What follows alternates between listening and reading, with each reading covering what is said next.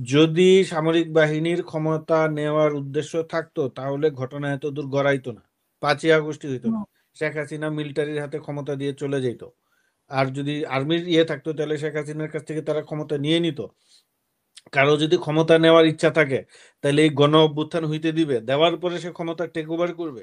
সামনের সারিতে যারা নেতৃত্ব ছিল এই বিপ্লবের, এই ছাত্ররা বা পলিটিক্যাল পার্টির যারা মাঠে নেমেছিল, আ- এদের হাতে কিন্তু, এদের বড় একটা অংশের হাতে কিন্তু ক্ষমতা নাই। ছাত্রদের হাতে ক্ষমতা আছে, ছাত্রদের দুজন প্রতিনিধি আছে, কিন্তু তাদের পাওয়ার শেয়ার করতে হচ্ছে অন্যান্যদের সঙ্গে। তাদের কিন্তু একদম অ্যাবসলিউট ক্ষমতা নাই তাদের হাতে। নির্বাচন কমিশন থেকে জানাইছে আমার কার্ড রেডি হয়ে আছে, অমুক অফিসে যান, আপনি কাগজপত্র এইটা এটা দিবেন, তাহলে আপনাকে দিয়ে দিবে। আমাকে নানা সাত পাঁচ বুঝাইতেছে। তারপরে আবার বললো যে একটা ইমার্জেন্সি আছে। আমি বললাম কি? বললো যে আমাদেরকে একটা ফি দিতে হবে, তাহলে আপনি এটা এখন নিতে পারবেন। আমি বললাম দেন, আমি ফি দিব। আমি তো এখন ফি দিয়ে দিছি। দেওয়ার পরে আমাকে কার্ড দিল। তারপরে বললাম আমি যে ফি দিলাম আমাকে রসিদ দেন। কোনো এটার কোনো রসিদ নেই। আমি বলি কি বলেন, আপনি ফি নিবেন রসিদ দিবেন না? এটা নিয়ে আমি তর্ক করছি। তারপরে তখন আমার কার্ড কেড়ে নেয়। বলেন এই যে এই জাতীয় সরকার যে তারা করার প্রস্তাব দিল, বিএনপি যে করতে না করলো অ্যাকর্ডিং টু নাহিদ ইসলাম, তাহলে উনি এটা তখন বলেন নাই কেন? তখনই তো তার পাবলিক করা উচিত ছিল যে আমরা এরকম একটা করতে চাচ্ছি, জাতীয় সরকার করব আমাদের সঙ্গে, বা তারা ডাক দিলেই তো পারতো। তারা ধরেন, তারা এখন যেটা বলে যে তারা তাদের কারণে এই শেখ হাসিনার পতন হয়েছে, এই আন্দোলনে তারাই নেতৃত্ব দিছে, তারা সামনে ছিল, বিএনপি ছিল না, অমুক ছিল না, তমুক ছিল না। দেন লিডারশিপ যদি তাদের হাতে থাকতো, তারা যদি লিডার হয়, মানে তারা আন্দোলন করেছে আমরা তো অস্বীকার করছি না, হ্যাঁ, কিন্তু তারা যেহেতু দাবি করে তাদের কারণেই শেখ হাসিনা পালিয়ে যেতে বাধ্য হয়েছে, বিএনপি পারে নাই, অন্য কেউ পারে নাই, এটা তো তাদের নেতারা বিভিন্ন এই যে সারা দেশ ব্যাপী যে তারা মিটিং টিটিং করলো এখানে হরদম বলতেছে যে আমরা আসছি বলে আপনি আসতে পারছেন, আপনি খালেদা জিয়া মুক্ত হয়েছে, অমুক হয়েছে, সেই হয়েছে, সেই হয়েছে। এতই যখন তাদেরই, তাহলে তো তারা 5ই আগস্টের পরে ঘোষণা দিলেই পারতো যে আমরা জাতীয় সরকার করব, আপনারা সবাই আসেন, রাজনৈতিক দল পলিটিক্যাল পার্টি যারা আছেন সবাই আসেন, সর্বদলীয় মিটিং করি, করে একটা জাতীয় সরকার করি। তখন তো এইসব তারা বলেন নাই।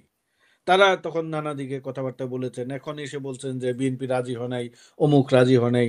এটা এটা তো রাষ্ট্র পরিচালনা তো লুকোচুরির কিছু না, গোপনীয়তার কিছু না। আপনি যদি এখন একটা বিপ্লব হয়ে গিয়েছে, আমি সারোয়ার ভাইয়ের সঙ্গে একমত।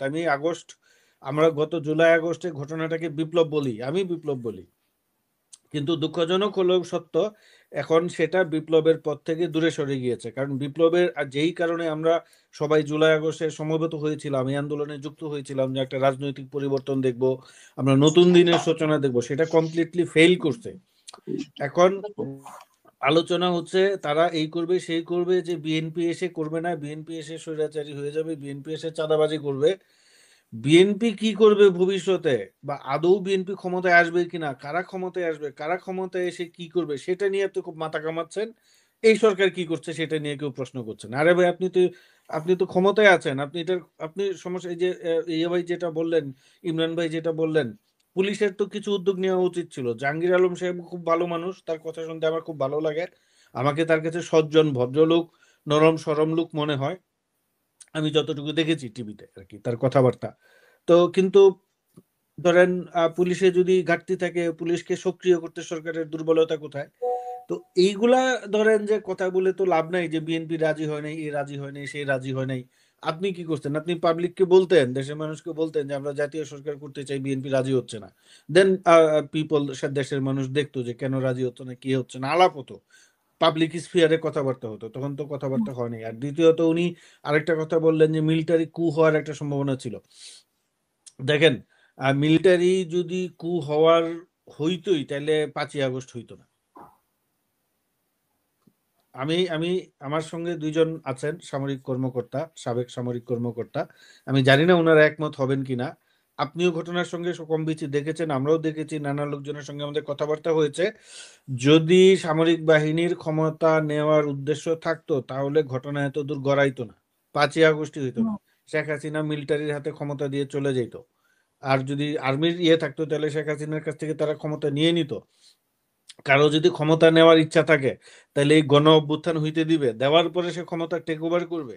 5ই আগস্টের পরে কি সেটা তো বাংলাদেশের তারা দাবি করছে যে এটা হওয়ার কথা ছিল, ওরাই ঠেকিয়েছে, না ওদের না, পুলিশই এইটা ওরা এইটা হচ্ছে মূল বিষয়টা হচ্ছে আমরা যে একটা বিপ্লব করেছি 5ই আগস্টের পরে কিন্তু একটা প্রতি বিপ্লব হয়ে গিয়েছে। এটা আমরা যদি নিরপেক্ষভাবে বলি, এইটার পিছনে দায় আমাদের সবার আছে। নাহিদদের আছে, বিএনপির আছে বড় রাজনৈতিক দল হিসাবে, অন্যান্য রাজনৈতিক দলেরও আছে। একটা প্রতি বিপ্লব হয়ে গিয়েছে। কেন আমি প্রতি বিপ্লব কথাটা বলছি? যারা বিপ্লবের নেতৃত্ব দিয়েছে, আমি ছিলাম, আপনি ছিলেন, বা সারোয়ার ভাই ছিল, ঢাকায় অংশগ্রহণ করেছেন, ইমরান ভাই হয়তো অংশগ্রহণ করেছেন, কিন্তু সামনের সারিতে যারা নেতৃত্ব ছিল এই বিপ্লবের, এই ছাত্ররা বা পলিটিক্যাল পার্টির যারা মাঠে নেমেছিল, আহ, এদের হাতে কিন্তু, এদের বড় একটা অংশের হাতে কিন্তু ক্ষমতা নাই। ছাত্রদের হাতে ক্ষমতা আছে, ছাত্রদের দুজন প্রতিনিধি আছে, কিন্তু তাদের পাওয়ার শেয়ার করতে হচ্ছে অন্যান্যদের সঙ্গে। তাদের কিন্তু একদম অ্যাবসলিউট ক্ষমতা নাই তাদের হাতে। এটা আমাদের স্বীকার করতে হবে। আমি যদি ওইভাবে ব্যাখ্যা করি, তাহলে এই প্রতি বিপ্লবটা যে হয়ে গিয়েছে, এই প্রতি বিপ্লবটা হওয়ার সুযোগ পেয়েছে কিন্তু এই এই ছাত্রদের কারণে আমি বলবো। এই এই জায়গায় আপনার মিলিটারি কু হওয়ার কোনো শঙ্কা বা সম্ভাবনা ছিল না। এই তাদের ব্যর্থতা, এই যে তাদের যে হাত থেকে যে জিনিসটা প্রতি বিপ্লবীদের হাতে চলে গেল, এই সরকারের ক্ষমতা বা পাওয়ার সেন্টার, মানে এটা যে চলে গেল একটা অন্য পক্ষের হাতে, এইটাকে তারা এখন ঢেকে রাখার জন্য বা ব্যর্থতাকে আড়াল করার জন্য একবার বলে বিএনপি জাতীয় সরকারে রাজি হয়নি, আরেকবার বলে যে আর্মি ক্ষমতা নেওয়ার চেষ্টা করছিল। এইবার আপনি প্রশ্ন করতে পারেন যে প্রতি বিপ্লব হয়ে ক্ষমতাটা কাদের হাতে গেল? প্রতি বিপ্লব হয়ে ক্ষমতাটা চলে গিয়েছে এই এনজিও বাসদের হাতে। আমি যেটা বলতে চাচ্ছি, এই এনজিও বাসরা এসে ক্ষমতা দখল করছে।